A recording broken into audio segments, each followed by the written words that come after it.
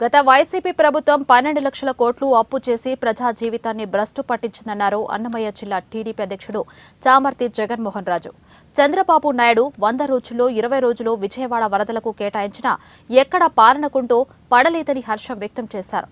కూటమి ప్రభుత్వం మాటల ప్రభుత్వం కాదని చేతల ప్రభుత్వం అని ధీమా వ్యక్తం చేశారు. అన్నమయ్య జిల్లా రాజంపేట టీడీపీ కార్యాలయంలో ఏర్పాటు చేసిన సమావేశంలో ఆయన పాల్గొన్నారు.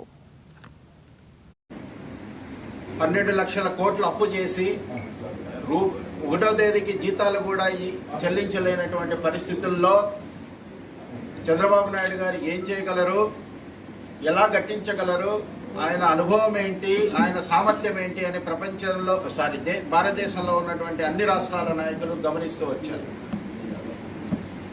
చంద్రబాబు నాయుడు గారు వారికి ఉన్నటువంటి చాణక్యత, వారికి ఉన్నటువంటి దీర్ఘ పరిపాలనా అనుభవంతో ఏ నాయకుడు కూడా ఈ దేశ చరిత్రలో సాధించలేనటువంటి విజయాలను ఈ 100 రోజుల్లో చేసి చూపించి ప్రఖ్యాతిగాంచినారు.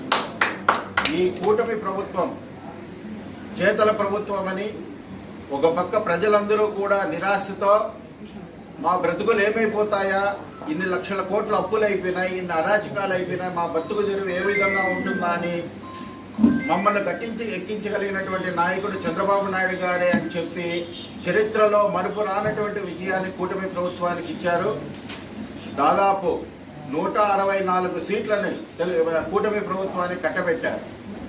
ఆ బాధ్యతను తీసుకున్నటువంటి చంద్రబాబు నాయుడు గారు నేను ప్రజలకు ఏం చేయాలి అన్నటువంటి తపనతో ఈ 100 రోజుల్లో 20 రోజులు వరదలకు కేటాయించినా కానీ ఎక్కడ కూడా ఈ అభివృద్ధి సంక్షేమం అనేటటువంటిది 2 పాళ్ళ నలిగే విధంగా చారిత్రాత్మకమైనటువంటి కార్యక్రమాలు ఈ 100 రోజుల్లో చేయడం జరిగింది.